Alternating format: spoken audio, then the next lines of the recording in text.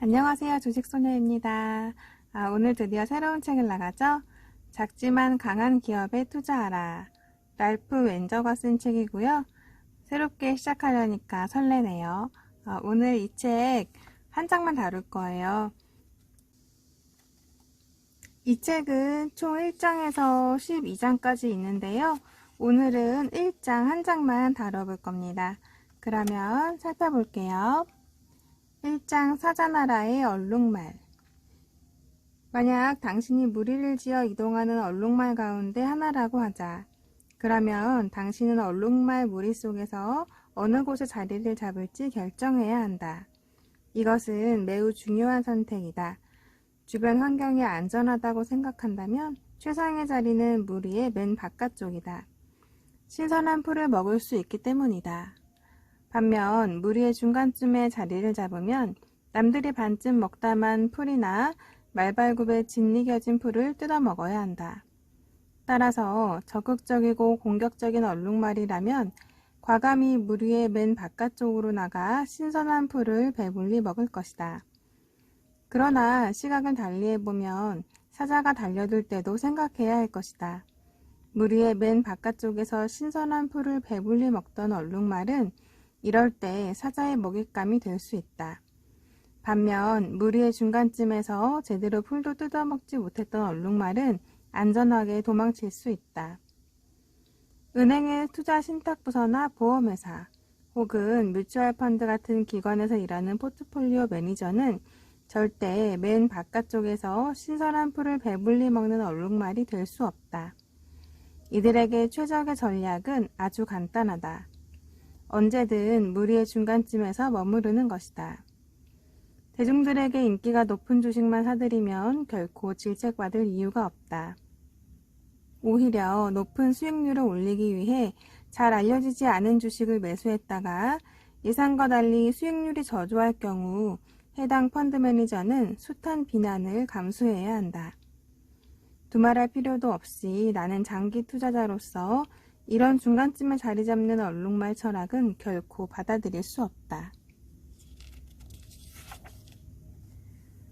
1960년대 후반부터 70년대 초 몇 년까지의 시장 상황을 기억할 수 있는 사람이라면 당시 주식시장이 갈수록 인류와 이류 주식으로 양극화되어가는 분위기였다고 말할 것이다. 인류 주식은 소위 니프티 50라고 불리는 대형 우량주들이었다. 대개가 소비자들에게 널리 알려진 브랜드 이름을 갖고 있던 이들 주식의 주가 수익 비율은 상상을 초월할 정도였다. 디즈니의 펀은 76배에 달했고 맥도날드는 81배, 폴라로이드는 97배였다. 이류 주식은 이들 50종목을 제외한 나머지 전부로 이들 주식의 펀은 그리 높지 않은 합리적인 수준이었다. 주식시장을 잘 모르는 사람이 보기에는 당시 연기금 대부분을 운용하고 있던 투자은행의 신탁부서에서 일하는 프로 투자자들이 일단의 종목들을 띄우기 위해 주식시장을 조작하는 바람에 이런 현상이 벌어졌다고 생각했을지도 모른다. 마치 1920년대의 투기풀처럼 말이다. 그러나 그것은 꾸며서 되는 일이 아니다. 다만 투자은행의 신탁부서들이 모두 똑같았기 때문이다. 집단적인 사고가 넘쳐났던 셈이다. 지금도 전혀 달라지지 않았다. 대부분의 기관 투자자들은 무리 한가운데서 이리저리 몰려다닌다. 충분히 그럴 만하다고 나는 생각한다. 투자기관에서 일하는 포트폴리오 매니저들은 대부분 비슷한 대학교를 나와 비슷한 MBA 과정을 밟은 사람들이다.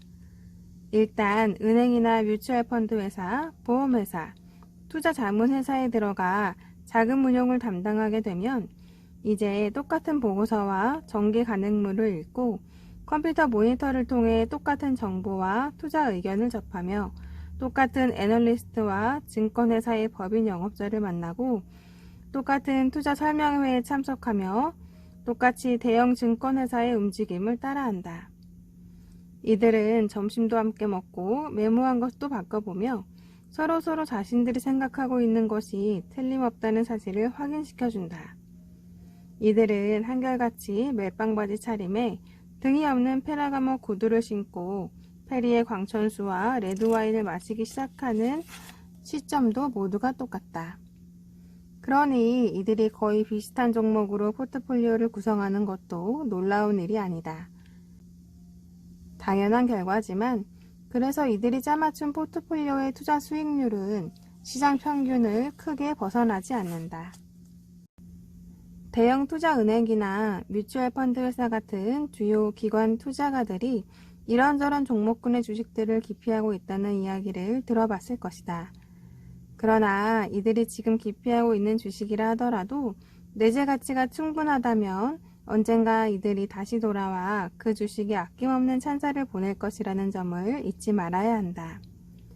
부동산 회사 주식에는 절대로 투자하지 말라고 나에게 조언해 주었던 바로 그 친구들이 나중에 주식시장의 국면이 바뀐 다음 내가 보유한 부동산 회사 주식을 매수할 것이라는 사실을 나는 알고 있다. 주식시장의 사이클은 몇 년마다 새로운 국면으로 바뀐다. 새로운 애널리스트가 등장하고 새로운 의견이 선보이고 새로운 분위기가 형성된다. 사라지지 않는 군중심리. 무리의 본능은 언제든 드러난다. 애널리스트들의 낙관적인 실적 전망이 제시되면 한꺼번에 몰려들어 주가를 천정부지로 끌어올리지만 막상 실적 수치가 조금이라도 예상치에 미달하면 너도 나도 팔아치워버린다. 거래량의 큰 부분을 차지하는 기관 투자가들이 이처럼 변덕스럽게 짝이 없는 양태를 보이면서 시장은 점점 더 변동성이 커지는 형국이 되어가고 있다. 주식시장은 과거 수백만 명의 개인 투자자들이 거래를 주도할 때보다 훨씬 더 무리의 본능을 따라가고 있다. 지구 반대편과도 실시간으로 대화를 나눌 수 있는 요즘 같은 세계에서는 모두가 동시에 같은 뉴스를 듣는 순간 우리 마음은 멋지게 차려입은 양복이나 잘 정돈된 개인 사무실에서 벗어나 버리고 우리는 마치 접근해오는 사자의 발걸음을 눈치챈 얼룩말 무리처럼 본능적으로 행동하게 된다. 큰일 났군. 우리는 순간적으로 튀어나간다. 사실 무리를 지어 움직이는 이런 심리가 주식시장에서 사라지지 않고 있음에 감사해야 한다. 이렇게 야기된 과도한 대응으로 인해 훌륭한 주식마저 형편없는 수준까지 주가가 폭락하기 때문이다. 이런 기회가 없다면 우리 같은 사람들은 시장에서 돈을 벌기가 훨씬 더 힘들 것이다. 네, 오늘은 이렇게 해서 1장 사자나라의 얼룩말이라는 예를 통해서 주식시장에 있는 군중심리에 대해서 살펴봤습니다. 이런 챕터들도 제가 빼놓지 않고 다루는 이유는 주식시장에 존재하는 여러 가지 배경이나 상황들에 대해서 이해하고 있어야 우리가 투자하는 데 있어서 더 도움이 많이 되기 때문이에요. 네, 그럼 오늘 공부는 여기에서 짧게 마치고요. 주식소녀가 요즘에 관심 있게 보는 종목이 있어서 여러분들과 공유를 하려고 해요. 이어지는 영상도 재미있게 봐주세요.